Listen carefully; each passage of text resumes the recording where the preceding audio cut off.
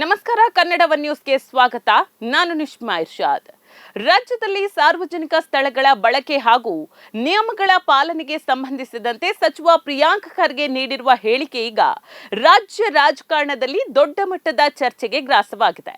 ಸಾರ್ವಜನಿಕ ಸ್ಥಳಗಳನ್ನ ಬಳಸುವಾಗ ಕಾನೂನು ಮತ್ತು ನಿಯಮಗಳನ್ನ ಪ್ರತಿಯೊಬ್ಬರೂ ಕಡ್ಡಾಯವಾಗಿ ಪಾಲಿಸಬೇಕು ಅಂತ ನಾವು ಹೇಳಿದ್ರೆ ಸಾಕು, ಬಿಜೆಪಿ ನಾಯಕರು ತಕ್ಷಣವೇ ಅದನ್ನ ಆರ್ಎಸ್ಎಸ್ಗೆ ಹೇಳಿದ್ದು ಅಂತ ಭಾವಿಸಿ ಹೆಗಲು ಮುಟ್ಟಿ ನೋಡಿಕೊಳ್ತಾ ಇದ್ದಾರೆ ಅಂತ ಗ್ರಾಮೀಣಾಭಿವೃದ್ಧಿ ಸಚಿವ ಪ್ರಿಯಾಂಕ್ ಖರ್ಗೆ ವ್ಯಂಗ್ಯವಾಡಿದ್ದಾರೆ.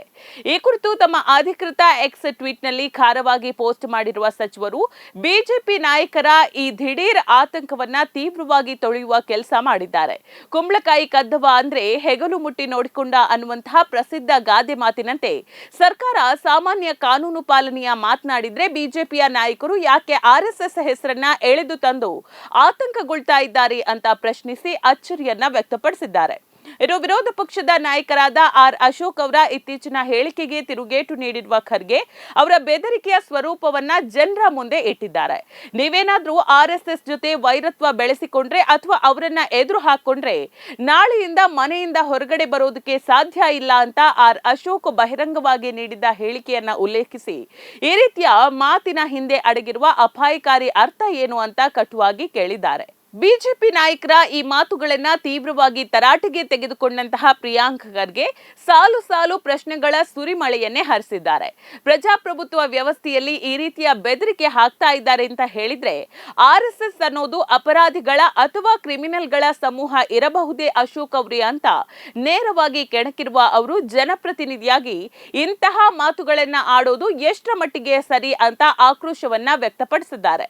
ಇನ್ನು ಪ್ರಶ್ನಿಸುವ ಧ್ವನಿಗಳನ್ನ ಅಡಗಿಸುವ ಬಿಜೆಪಿಯ ಶೈಲಿಯನ್ನ ಖಂಡಿಸಿದಂತಹ ಸಚಿವರು ಆರ್ಎಸ್ಎಸ್ನ ಕಾರ್ಯವೈಖರಿಯನ್ನೇ ಸಂಶಯದ ಕಣ್ಣಿನಿಂದ ನೋಡುವಂತೆ ಮಾಡುವ ಪ್ರಶ್ನೆ ಎತ್ತಿದ್ದಾರೆ.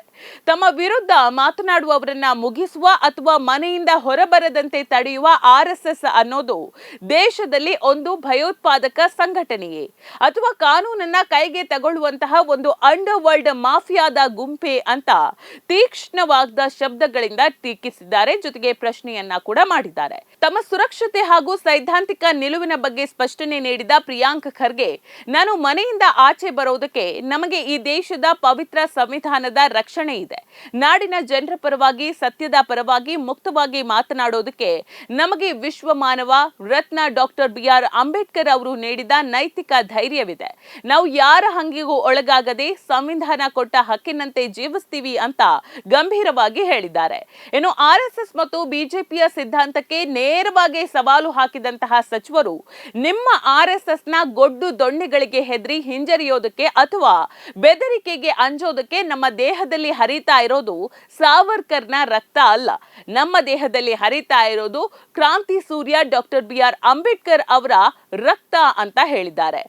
ಅಂಬೇಡ್ಕರ್ ಅವರು ನಮಗೆ ಸ್ವಾಭಿಮಾನದಿಂದ ಹೋರಾಡುವ ಧೈರ್ಯವನ್ನ ನೀಡಿದ್ದಾರೆಯೇ ಹೊರತು ಬ್ರಿಟಿಷರ ಬಳಿ ಕ್ಷಮೆ ಕೇಳುವ ಅಥವಾ ಬೆದರಿಕೆಗೆ ಹೆದರುವ ಭಯವನ್ನಲ್ಲ ಅಂತ ವಾಗ್ದಾಳಿಯನ್ನ ನಡೆಸಿದ್ದಾರೆ. ಒಟ್ಟಿನಲ್ಲಿ ಸಾರ್ವಜನಿಕ ಆಸ್ತಿಗಳ ಬಳಕೆ ಮತ್ತು ನಿಯಮಗಳ ಜಾರಿಗೆ ಸಂಬಂಧಿಸಿದಂತೆ ರಾಜ್ಯ ಸರ್ಕಾರ ತಗೊಂಡಿರುವಂತಹ ನಿರ್ಧಾರಗಳು ಈಗ ಕಾಂಗ್ರೆಸ್ ಮತ್ತು ಬಿಜೆಪಿ ನಡುವಿನ ಸೈದ್ಧಾಂತಿಕ ಹಾಗೂ ರಾಜಕೀಯ ಮಹಾಯುದ್ಧಕ್ಕೆ ದಾರಿ ಮಾಡಿಕೊಟ್ಟಿದೆ.